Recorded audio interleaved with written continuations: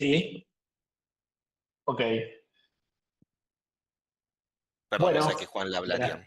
a mí, José. Buenas tardes a todos. Bienvenidos en continuidad con lo que es nuestro networking. Tenemos ahora una charla híbrida con gente de PwC Argentina. Le damos la bienvenida y agradecemos a Juan José Farina y a Tomás Vázquez. Ellos van a estar contándonos cómo llevar un proyecto de IA desde el nivel inicial, básicamente de un POC a producción. Seguramente vamos a escuchar cómo podemos potenciar esta idea para transformarla en una solución tecnológica aplicada y cuáles son las habilidades claves que necesitaremos para poder desarrollar y trabajar con inteligencia artificial en una gran empresa como es PwC. Tomás, Juan José, bienvenidos, muchas gracias. Muchísimas. Dejo el mando a ustedes para que puedan compartir pantalla o puedan empezar a disertar. Muchas gracias nuevamente. Perfecto, muchísimas gracias, Juan. Mi nombre es Juan José Farina, soy Senior Associate MLOps de la empresa PwC. Como bien Juan recién me presentaba, estoy junto con Tomás, que también es un colega MLOps de la firma. Denme un segundito que les comparto la pantalla, si ya pueden. Bien. ¿Alguien me podría confirmar que pueden ver la pantalla? Todo perfecto, Juan. Bien, excelente, muchísimas gracias.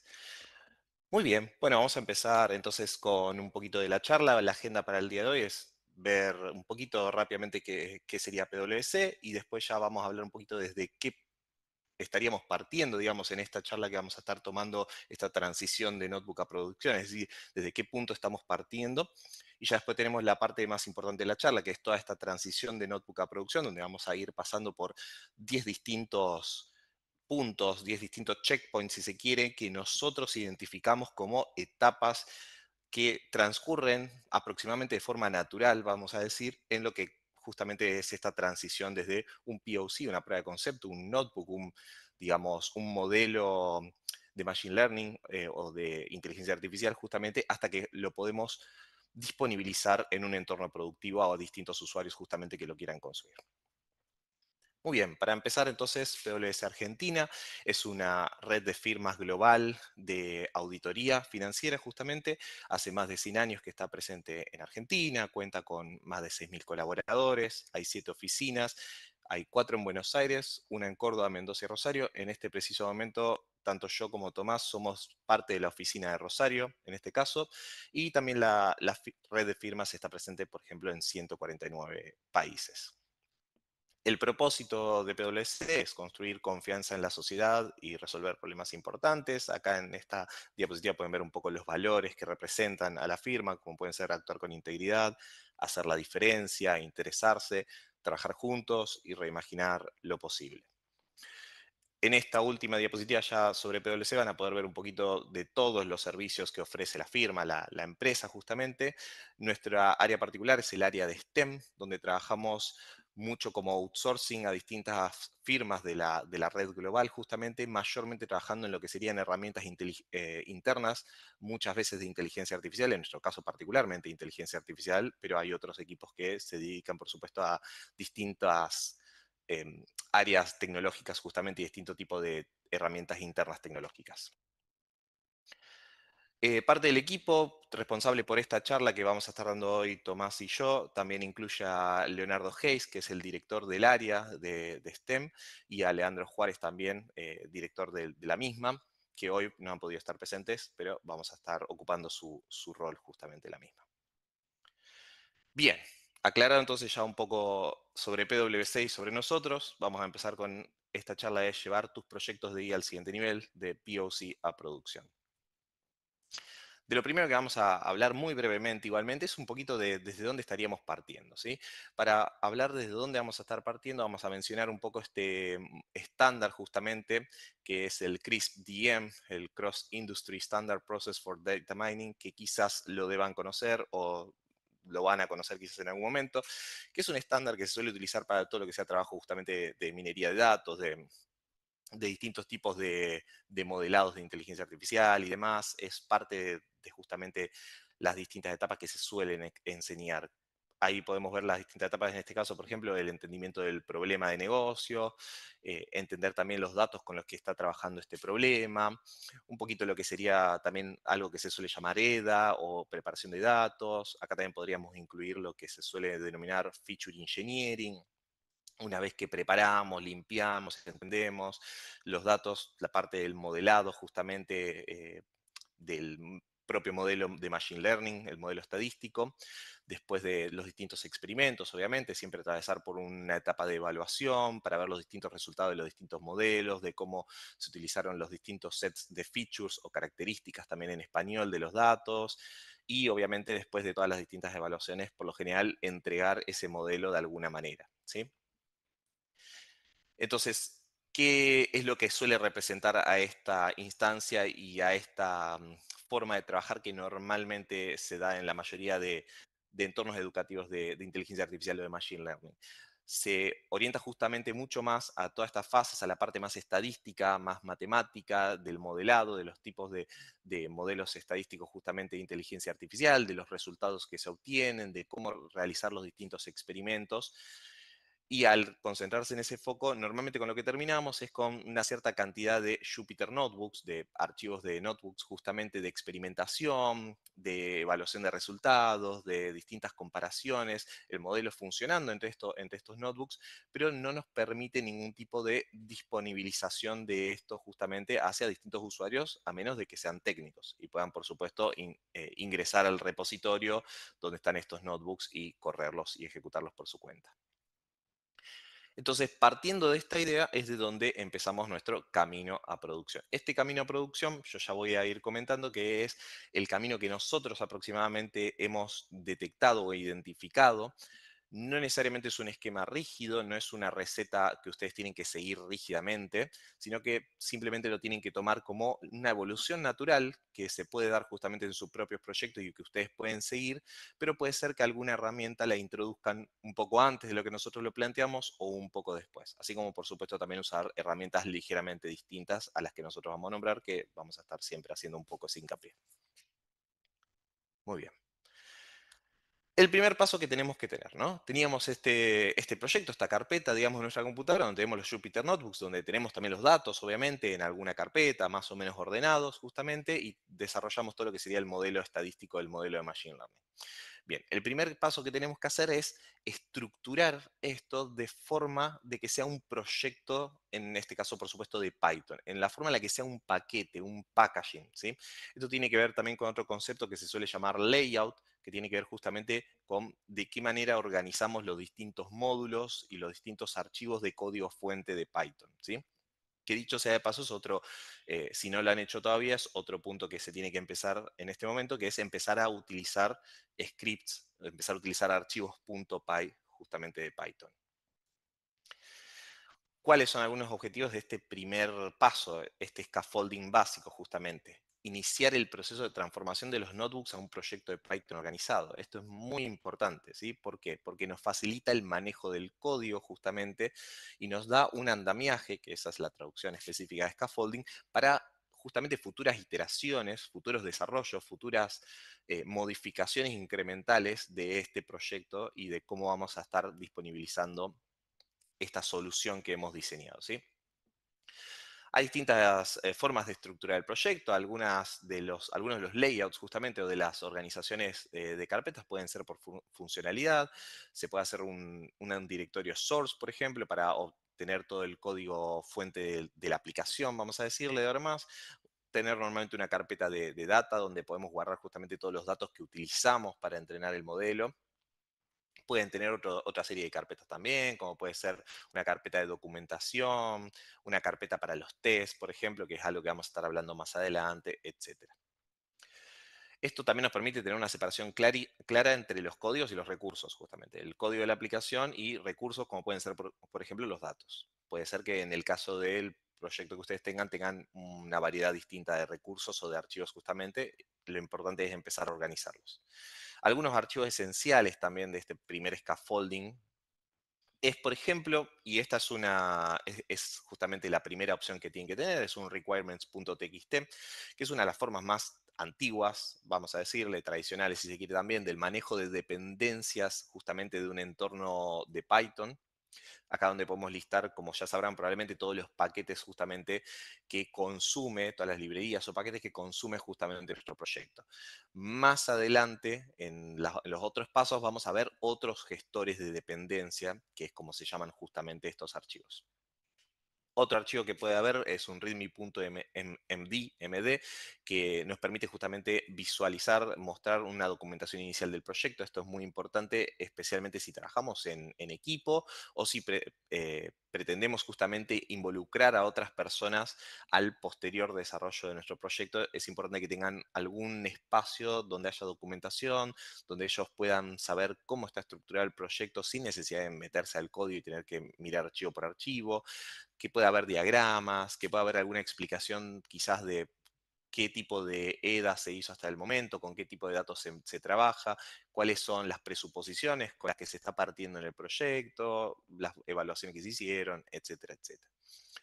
Y otro aspecto importante también de este primer momento, y que es muy importante hacerlo en este primer momento, de hecho, es empezar a pensar en qué convenciones de nomenclatura o qué guía de estilo para el código vamos a estar llevando adelante. En el caso de Python, existe uno de los Python Enhancement Proposals, que son los PEPs, justamente donde se declara toda una guía de estilo de cómo se tiene que trabajar con el lenguaje de Python, que puede ser, por ejemplo, un punto inicial para todos los proyectos que podrían utilizar de manera profesional. Hicimos ya el scaffolding, tenemos un proyecto, tenemos un proyecto que puede funcionar como package de Python justamente, que empieza a contener a nuestra aplicación, que empieza a contener a nuestro modelo. Y ahora tenemos que ver cómo podemos hacer que eso pueda interactuar con el mundo exterior. ¿Por qué? Porque nosotros lo organizamos, tenemos archivos de .py, tenemos el gestor de dependencias, se puede ejecutar, pero eso no va a responder a interacciones de ningún entorno. Entonces, lo primero que tenemos que pensar ahora es a utilizar alguna forma de comunicación externa, como puede ser justamente una API REST, ¿sí? API REST es una de las formas que tienen. Por supuesto, hay distintos tipos de API. API es el acrónimo de Application Programming Interface, que en definitiva es justamente una interfaz, es un conector, si se quiere, es una forma de comunicarme entre distintos servicios o sistemas, justamente. Mediante una API REST o web, también se le suele decir algunas veces que es es un protocolo de comunicación mediante HTTP, podemos permitir que distintos usuarios o sistemas se comuniquen mediante peticiones con nuestra aplicación, de forma que puedan justamente llamar y hacer solicitudes de inferencia a nuestro modelo de Machine Learning. Además de disponibilizarlo mediante una capa de API, como se suele decir, lo que tendríamos que hacer es desplegarlo, es decir, sacarlo de nuestro local, de nuestra máquina local y alojarlo en lo que sería un servidor, ¿sí? En este caso, estamos mencionando la plataforma Vercel, que es una de las plataformas gratuitas para hosteo, digamos, o alojamiento o despliegue de aplicaciones bastante más conocidas y que funciona con bastante facilidad para la mayoría de casos, así que nosotros la recomendamos bastante. El objetivo de este segundo paso, entonces, como decíamos, es convertir ese primer MVP que vimos del paso 1 en un servicio web escalable y accesible. ¿Qué beneficio nos puede dar esto? Bueno, tiene un acceso estructurado y eficiente por parte de los usuarios finales. ¿Qué partes de la estructura del proyecto se modificaron? Bueno, se integraron archivos centrales ahora, como por ejemplo un archivo de API, un archivo de servicios, por ejemplo, que manejan funciones de negocio, de digamos, funcionalidades de la capa de API, por ejemplo, la disponibilización de lo que se suele llamar endpoints justamente, o las rutas, digamos, las direcciones a las cuales se puede invocar nuestro modelo. Ya vamos a estar hablando de que tenemos un archivo de modelo de model.py, por ejemplo, donde tenemos la implementación del modelo de Machine Learning, donde podemos acceder, donde la capa de API se puede comunicar y pedir justamente las solicitudes de inferencia. Y por supuesto tenemos el despliegue, lo cual también implica que tenemos que tener algunos archivos de configuración de Vercel, por ejemplo, y permitirnos alojar la aplicación asegurando un despliegue continuo y eficiente mediante la misma plataforma. Muy bien. ¿Hasta acá hay alguna duda? ¿Venimos bien? Bien, perfecto. En tal caso, pasamos al paso número 3, a partir del cual va a estar comentando Tommy los distintos pasos. Bueno, primero, buenas tardes a todos. Vamos a seguir con lo que sería la charla. En este paso 3, como Juan ya había dicho, nosotros estábamos partiendo de la base que tenemos em, archivos centrales, como por ejemplo puede ser API, y son archivos sueltos. Entonces lo que nosotros necesitamos empezar a hacer es a crear distintos directorios que nos van a servir para que el código que, por ejemplo, el día de mañana va a salir a producción, tiene que estar más ordenado y que pueda ser escalable. Por eso existe lo que se llama la arquitectura por capas, que consiste básicamente en crear distintos tipos de capas, que son básicamente directorios, en donde cada directorio va a tener una funcionalidad distinta. En este caso, por ejemplo, podemos ver que tenemos un directorio API, donde van a ir cosas solo de la API, después hay servicios, que va a ir otro tipo de funcionalidad, los modelos que necesitemos. En Database, por ejemplo, podemos tener conexiones a base de datos, en el caso de que necesitemos. Y podemos también tener un directorio data, en donde vos vas a tener todos los datos que tu aplicación necesita. Otro punto importante a mencionar acá es la gestión de dependencia. ¿Qué es la gestión de dependencia? Si nosotros tenemos un POC, sabemos básicamente que vamos a usar un montón de dependencias. Estas dependencias pueden ser, por ejemplo, pandas. Pandas es una dependencia y el día de mañana, si nosotros queremos mover el proyecto a que escale, a que lo usen más personas, vamos a tener distintos tipos de problemas con estas dependencias. En la diapositiva anterior, Juan nombró el requirement.txt, que es básicamente un archivo donde declaramos esas dependencias. Existen algunos gestores, particularmente en Python, que lo que nos ayuda es a manejar todas estas dependencias de una manera muchísimo más simple. Entonces, esto se hace escalable y útil para llevar cualquier aplicación a producción. ¿Podés pasar, Juan? Bien. Básicamente, bueno, el objetivo de este paso es estructurar el proyecto para hacerlo mantenible y escalable. ¿Qué es mantenible y escalable? Que básicamente, ni bien arranquemos el proyecto, no sea todo un lío y que podamos ir paso a paso haciendo que nuestro proyecto escale. Necesitamos implementar una gestión de dependencias y de versionado. Del versionado voy a hablar en pasos más adelante. Y necesitamos facilitar la integración con APIs para comunicarse.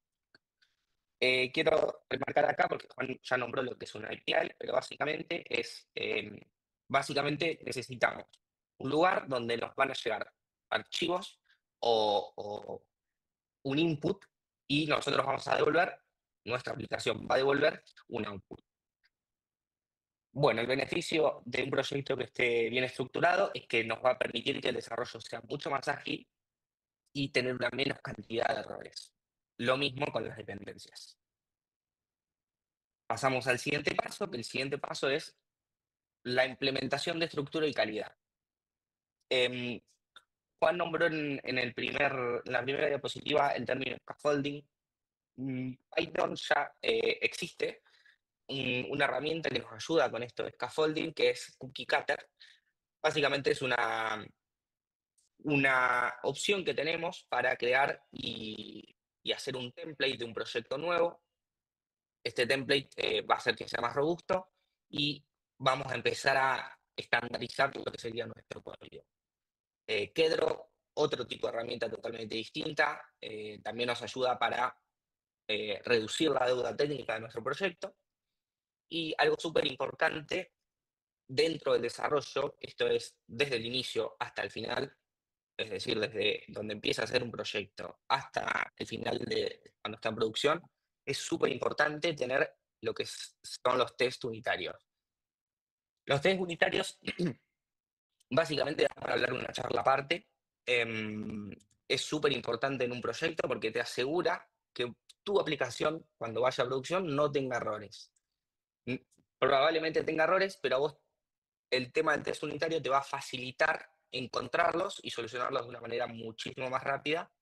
Y aparte es una muy buena práctica dentro del desarrollo del software y de la vida de los programas, tener test unitarios. En el caso de Python, particularmente tenemos lo que es PyTest. Es una librería que nos va a ayudar a que diagramemos y a que escribamos nuestros test unitarios. Anclándolo con lo que dije anteriormente, podemos tener una carpeta test en donde nosotros vamos a poner todos los test unitarios y después hay otro tipo de herramientas que es como el coverage. El coverage básicamente es que necesitamos tener, nos va a marcar las líneas que no tengamos testeadas dentro de nuestro proyecto. Pasamos al siguiente paso. Bueno, el objetivo claramente es establecer una estructura de proyecto favorece la mantenibilidad y la escalabilidad de nuestro código. Y el beneficio es que va a mejorar la eficiencia del desarrollo. Imagínense que nosotros estamos en un equipo, probablemente puede ser un equipo grande, y teniendo este tipo de herramientas vamos a reducir mucho el tiempo de detección de errores y de corrección, y eso se traduce en poder llegar a una deadline, por ejemplo, y nuestro software va a ser muchísimo más robusto. Vamos a lo que sería el paso 5, que también es otra parte súper importante dentro del desarrollo. Particularmente en los proyectos de Python tenemos algo súper importante que son herramientas que nos va a ayudar a que nuestro código tenga una estructura y sea limpio, y también nos ayuda a detectar muchas veces errores. Estas herramientas son herramientas de linting, no sé si ya han escuchado hablar, y de formateo. Básicamente tenemos, por ejemplo, PyLint, Roof, MyPy o Black. Todas estas herramientas nos van a ayudar en diversas cosas. Por ejemplo, tenemos PyLint, que va a ser un chequeo estático de todas las líneas de código y nos va a indicar errores. Por ejemplo, nos puede ayudar a detectar en lugares donde tengamos código duplicado. O por ejemplo Black, que va a formatearnos el código según las distintas estructuras que le demos y configuraciones, lo va a formatear de una manera u otra. Y Ruf y MyPy, que se están haciendo súper conocidos ahora porque, bueno, Astral está haciendo las cosas bastante bien, así que también, básicamente es lo mismo, nos va a ayudar a detectar errores que nosotros hayamos escritos, quizás sin intención, y el día de mañana que los subamos a producción no vamos a tener ese tipo de errores. Básicamente el objetivo, pasar con el IRES, es, bueno, tenemos la automatización de lo que sería el linting y el formateo de nuestro codebase utilizando Git. Acá hay algo muy importante: Git debería ser particularmente algo que tiene que estar al inicio del proyecto. Es una manera de versionar nuestro código. Supongamos que es una lista del súper en donde nosotros vamos anotando todos los cambios que hicimos, y es súper importante para llevar un registro de cosas que antes capaz que estábamos utilizando y después la podíamos borrar, o muchas veces revertir cambios que quizás no queríamos sacar. Para todo esto sirve el versionado del código para tener una clara estructura de cómo fue evolucionando. El beneficio que obtenemos es que básicamente tenemos una homogeneidad del código, una facilidad de lectura, obviamente, porque tenemos un montón de herramientas que nos ayudan a que el código esté bien escrito, prevenimos muchos errores y se suma mucho el tema de la colaborabilidad en el caso de equipos. Las incorporaciones, bueno, son básicamente las herramientas que nombré anteriormente, y tenemos Git, nos permite poner un archivo gitignore que básicamente podemos no subir cosas al repositorio nuestro de Git, que después vamos a compartir con el resto del equipo. Pasamos a lo que sería el desarrollo de pipelines de CI/CD. Otro paso sumamente importante en lo que es el desarrollo del software. Básicamente pensemos las herramientas de CI/CD como un listado de automatizaciones que queremos que nosotros que nosotros queremos automatizar y no volver a hacer. Supongamos que somos 2 personas en el proyecto, yo subo un pedazo de mi código y quiero que automáticamente se hagan distintos tipos de pasos.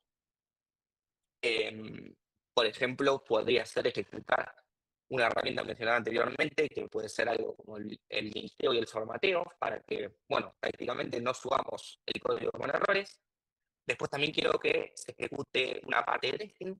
Podemos ejecutar los test unitarios nuestros y chequear que sin querer no haya subido ningún cambio. Y Juan, de su lado, por ejemplo, que es la otra persona, va a recibir ese tipo de código, esa porción de código, sin ningún tipo de problemas, porque ya automáticamente con las pipelines los detectamos. Dentro de lo que es las pipelines, podemos hablar de lo que serían las Azure Pipelines, GitHub Actions, Jenkins. Hay un montón de herramientas que nos van a facilitar el uso de lo que sería la CI/CD, básicamente. Esto obviamente puede escalar y podemos automatizar muchísimas cosas. eh, y un buen proyecto en producción debe tener un robusto desarrollo de pipelines. Pasamos. El objetivo, bueno, obviamente es empaquetar y que el empaquetamiento y el despliegue sea sumamente fácil y automatizado.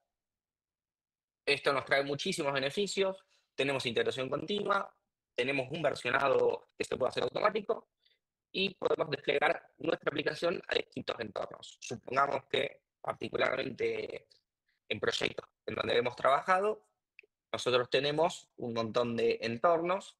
Primero viene el de desarrollo, después viene probablemente donde haya testeos que se llame QA, eh, y más para arriba también hay, así que esta CI/CD nos va a permitir automatizar todo esto, si no sería un caos. Las pipelines manejan un formato YAML y, y bueno, podemos integrarlas con las herramientas que nombré en el paso anterior. En el paso 7, la documentación, esta es la parte probablemente más fea de cualquier desarrollador. Al desarrollador, por naturaleza, le cuesta hacer documentación, pero bueno, para poder mejorar la mantenibilidad del proyecto, necesitamos crear esta documentación porque es la manera que tiene a una persona que venga totalmente del exterior y no haya leído nuestro código, tenga una manera de entender y conocer qué hace nuestro proyecto. Sí, sí, dale.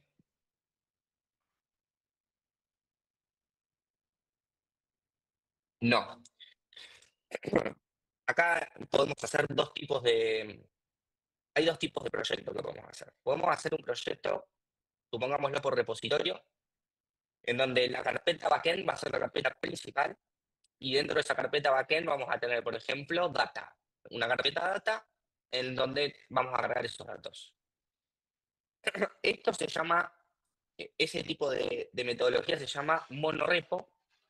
Esto da para hablar también largo rato, pero básicamente es tener un repositorio en donde hay un solo paquete, en este caso el backend. Y después tenemos otro repositorio en el caso del frontend, por ejemplo. Pero la carpeta data, básicamente hablamos de datos que vamos a usar, por ejemplo, en nuestra aplicación. Y el otro, no sé si quedó claro, pero por ejemplo, añado que también se puede tener un frontend y un backend, que son dos carpetas distintas dentro de un mismo repositorio, em, pero independientemente de cada carpeta hace una cosa distinta, no van juntos. Hago una aclaración también y agregado a lo que dice Tommy. Tengan en cuenta que hay distintas nomenclaturas para muchas de estas cosas. Nosotros acá estamos haciendo una presentación muy breve, rápidamente también. No todas las estructuras de proyectos siguen la misma arquitectura de componentes justamente y no llaman a sus capas quizás API o a sus capas Services o a sus capas Database, por ejemplo. Van a tener distintas terminologías, distintas convenciones. Esto de tener una carpeta data también, si bien es bastante estándar tener una carpeta data, donde lo que estamos refiriéndonos ahí es que tenemos los archivos, justamente los datos que recibe o que necesita nuestra aplicación, no que recibe, porque en realidad no los recibe, ya los tenemos ahí guardados justamente. En el caso de un proyecto de Machine Learning, si hablamos de una carpeta de data, deberíamos estar hablando, o lo que tendría más sentido es que estemos hablando justamente de los datos de entrenamiento, ¿sí? Es muy factible, y acá me estoy saltando muchos pasos de lo que estamos hablando, pero bueno, es muy factible que en algún momento sus datos no van a estar viviendo, obviamente, en el mismo repositorio, en el mismo servicio donde se va a estar alojando la solución. Lo más probable es que sus datos estén en un warehouse o en un data lake o en algún otro tipo de storage justamente de datos. Y ustedes lo que van a hacer es ir a leerlos justamente, traerlos a la aplicación, va a vivir en memoria y desde ahí se va a consumir esos datos para inferencia o para entrenamiento, para lo que haga falta. Un poquito de esto voy a hablar más adelante, pero ya que estamos quería hacer un poco esa aclaración. Perdón, Tommy, la interrupción. Impecable, impecable, no. Todo suma, Juan. Bueno, volviendo al... Perdón, ¿hay alguna pregunta del lado del colegio? ¿No? ¿Alguna pregunta más? Impecable. Volviendo al paso de lo que sería la documentación, ya sabemos que a nosotros los desarrolladores no nos gusta generar documentación. Por eso mismo se crearon herramientas que automáticamente nos permite generar documentación a partir del código que escribamos. Y no sé si están familiarizados con FastAPI, pero FastAPI básicamente nos genera un Swagger cuando levantamos nuestra aplicación. Swagger es una herramienta en donde podemos ver los distintos tipos de endpoints que tenemos, con toda la información que nosotros eh, queramos mostrarle al usuario.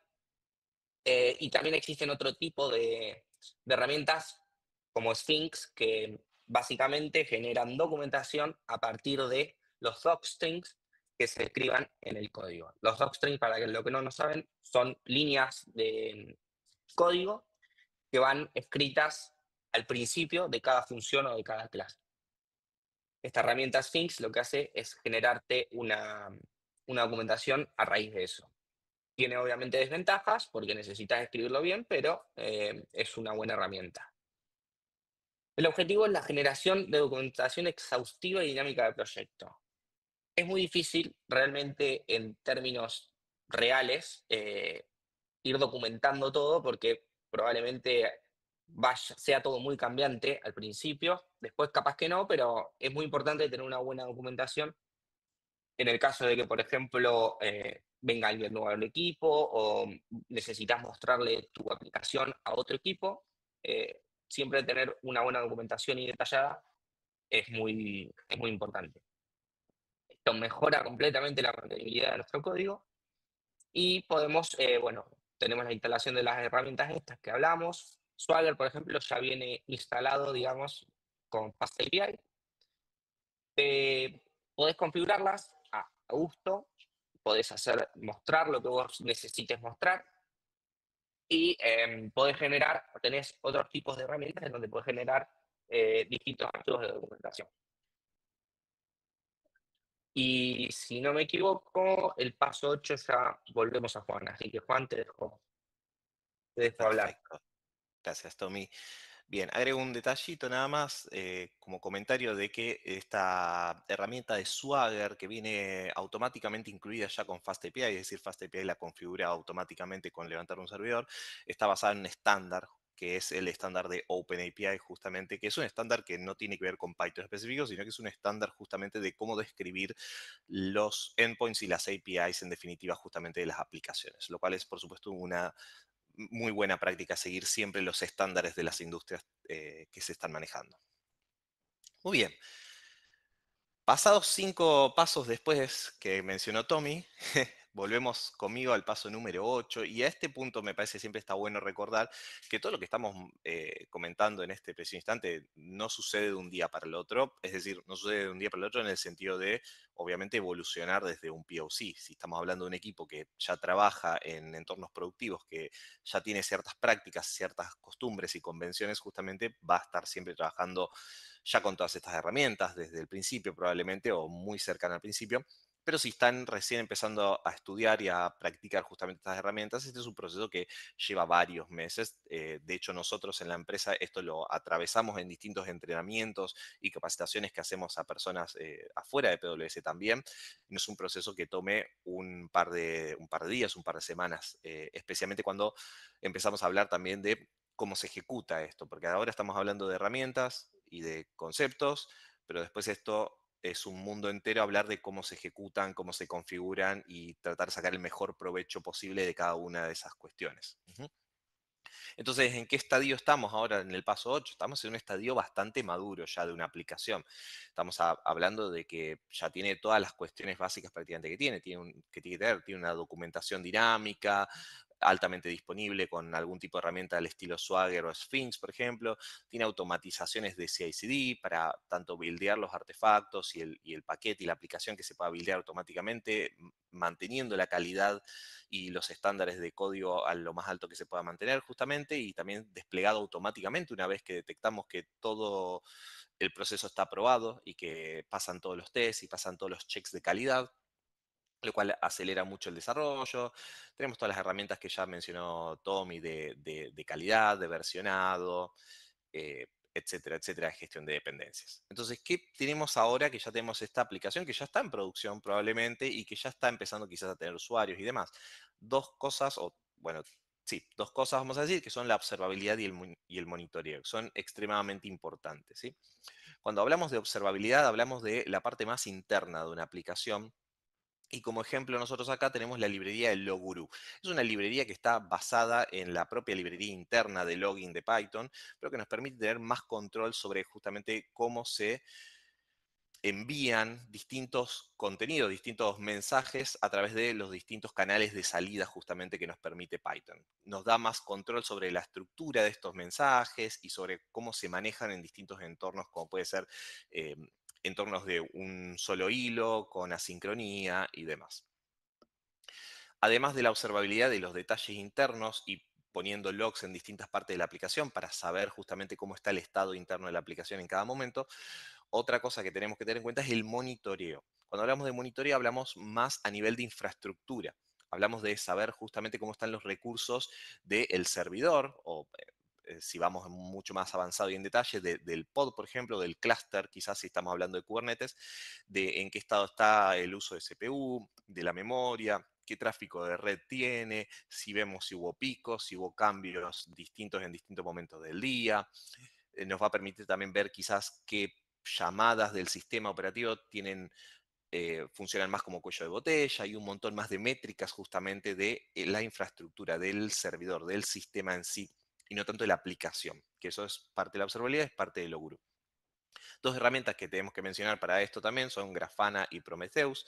En el caso de Prometheus es un agregador de métricas justamente. Prometheus se conecta tanto a nuestra aplicación o servicio como también al sistema que lo aloja justamente, a lo que podría ser un pod y un nodo o un clúster de Kubernetes justamente, ver los recursos del sistema, etc. Y después tenemos Grafana, que es un servicio justamente de monitoreo que nos va a permitir visualizar de una manera más amigable todos estos datos y estas métricas y nos va a permitir también establecer alertas para que nosotros sepamos quizás cuando el uso de CPU pasa de cierto nivel peligroso, si se quiere, para los recursos del sistema o de memoria, etc. ¿Cuál es el objetivo? Obviamente es mejorar la observabilidad y configurar herramientas de monitoreo. Pero ¿cuál es el beneficio? El beneficio es obtener detalles sobre la ejecución de la aplicación y el estado general del sistema, lo cual a su vez nos va a permitir entender mejor cuál es el comportamiento del mismo a través de distintas cargas. Esto nos va a permitir prevenir errores al notar que tenemos quizás ciertos picos, por ejemplo, de usuarios que sobrecargan el sistema quizás, o también a detectar quizás errores de concurrencia, de paralelismo. En definitiva, nos va a permitir justamente o prevenir errores o poder saber mejor por qué ocurrieron en el caso de que ya hayan ocurrido.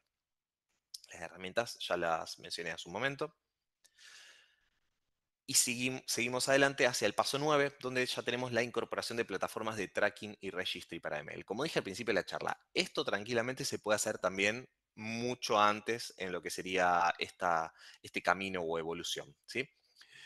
Lo que nos permiten estas plataformas justamente es almacenar un historial, si se quiere, de los distintos experimentos que utilizamos justamente, qué modelos resultaron de esos experimentos, qué datos usamos, qué hiperparámetros, y nos permite tener cierta trazabilidad sobre las pruebas que ya hemos realizado y los experimentos que ya intentamos, y eso nos va a permitir, además de llegar a mejores conclusiones y evaluaciones, también nos va a permitir justamente tener más flexibilidad y dinamismo a la hora de seleccionar cuál es el modelo que finalmente disponibilizamos al usuario, entre quizás decenas de modelos que hayamos entrenado que sean distintos.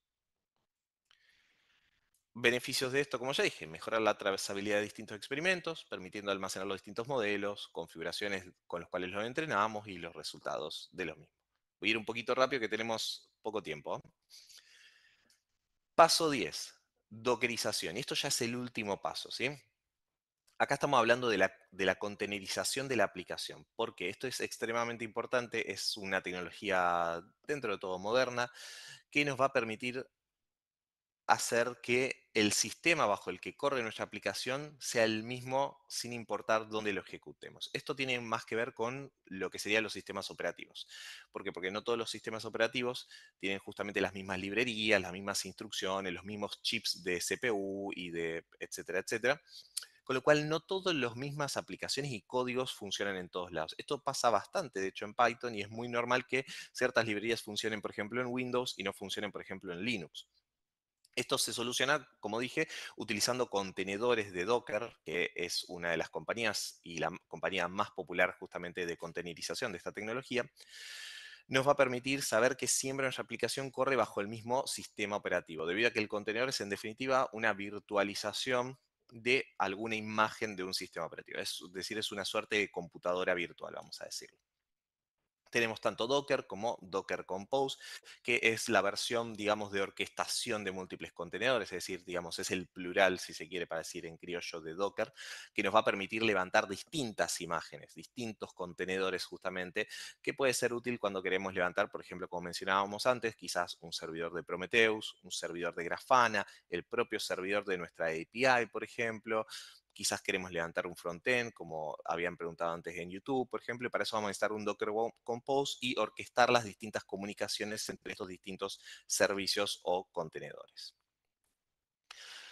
Beneficios: simplifica el despliegue y el mantenimiento, como mencionaba recién, porque ya nadie se tiene que preocupar de la infraestructura, todo se maneja desde el contenedor de Docker, lo cual también asegura que las aplicaciones se ejecuten de manera uniforme, exactamente de manera previsible e idéntica en cualquier entorno, por ejemplo.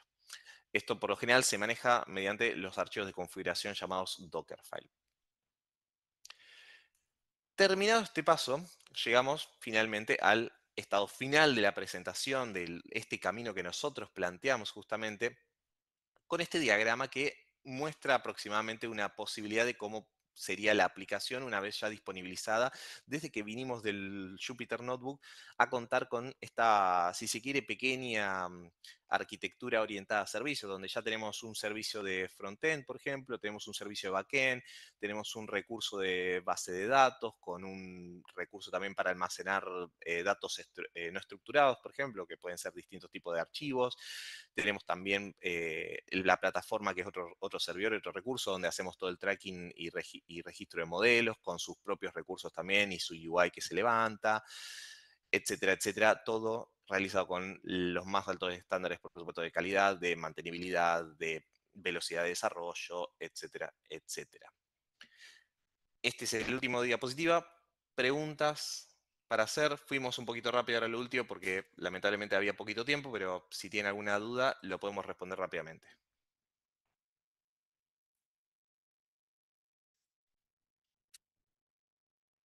Bueno,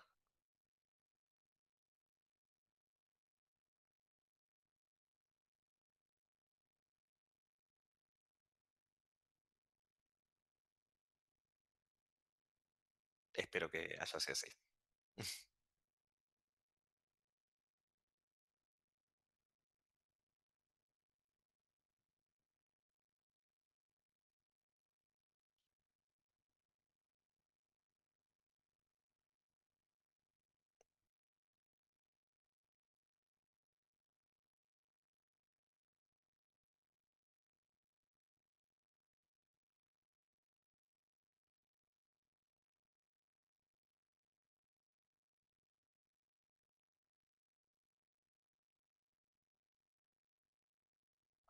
No, por favor, gracias a ustedes. Esperamos que a Gracias a todos los ustedes. estudiantes les haya servido.